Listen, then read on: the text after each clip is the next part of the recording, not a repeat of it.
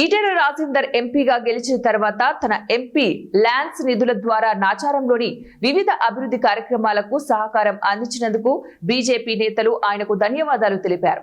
Nacharam division అధ్యక్షుడు నవీన్ ఆధ్వర్యంలో ఏర్పాటు చేసిన సమావేశంలో బీజేపీ నేతలు మాట్లాడుతూ నాచారం డివిజన్ లో అత్యంత కీలక సమస్య అయిన హెచ్ఎంటీ నుండి హబ్సిగూడ వరకు ట్రాఫిక్ సమస్యలపై పలుమార్లు ఎంపీ ఈటెల దృష్టికి తీసుకెళ్లామని, స్పందించిన ఎంపీ ఈటెల రోడ్డు వెడల్పు కోసం ఐఐసిటి డైరెక్టర్ కు లేఖ రాశారని తెలిపారు.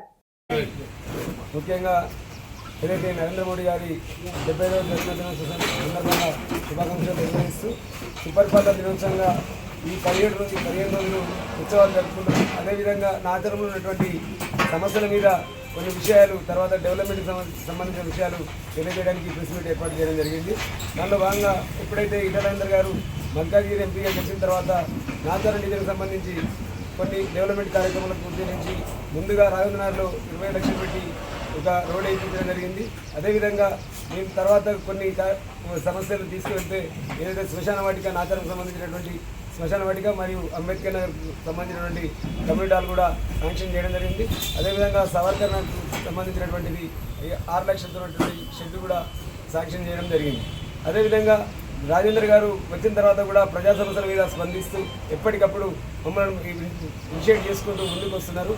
వారికి కూడా ధన్యవాదాలు తెలియజేస్తున్నాం ఈ నాచారం డివిజన్ బీజేపీ తరఫున. అదేవిధంగా ముఖ్యమైనటువంటి సమస్య ఏదైతే నాచారంలో విపరీతంగా ట్రాఫిక్ పెరిగి యాక్సిడెంట్ అవ్వడము, చాలామంది చనిపోవడం జరిగింది. ఏదైతే ట్రాఫిక్ ఒకటి యూటర్న్లు దూరం పెట్టడం వల్ల కూడా రాంగ్ రూట్లో పోయి చాలామంది ప్రమాదాలకు గురవుతున్నారు. దాని మీద మేము మా రాష్ట్ర గిరిజన మోర్చా అధ్యక్షులు రవినాయక్ ఆధ్వర్యంలో కూడా ధర్నా చేస్తే అప్పుడు సంబంధిత అధికారులు వచ్చి ఇమీడియట్లీ మీకు యూటర్న్లు ఏర్పాటు చేస్తాం, ట్రాఫిక్ సమస్య లేకుండా ట్రాఫిక్ కానిస్టేబుల్ పెడతామని కూడా తెలియజేయడం జరిగింది. కానీ ఇంతవరకు కూడా ఎటువంటి దాని మీద చర్య తీసుకోలేదు.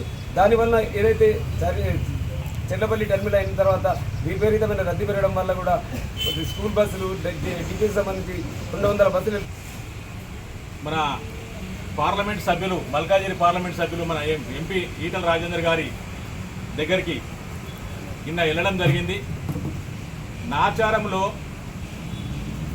విపరీతమైన ట్రాఫిక్ సమస్య హబ్సిగూడ నుండి నాచారం చౌరస్తా వరకు ప్రతిరోజు పొద్దున మబ్బుల 5 o'clock నుండే సాయంత్రం 11 అయినా 12 అయినా కానీ ఈ ట్రాఫిక్ అనేది విపరీతంగా ఉండడం వల్ల ఈరోజు నాచారం ప్రజలకు కానీ, ఇటు మల్లాపూర్, చెర్లపల్లి ఇండస్ట్రియల్ ఏరియా సంబంధించిన ప్రజలకు కానీ విపరీతమైన చాలా ప్రాబ్లం కలుగుతున్నది.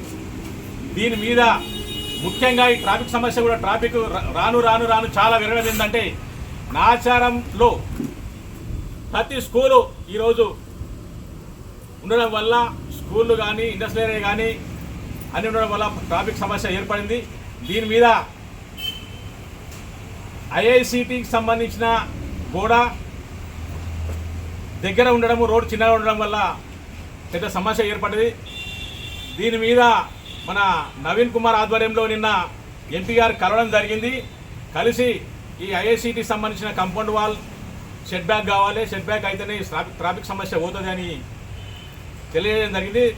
దాని మీద ఎంపీ గారు ఏం చెప్పారు అనేది మన డివిజన్ అధ్యక్షుడు నవీన్ కుమార్ గారు తెలియజేస్తారు.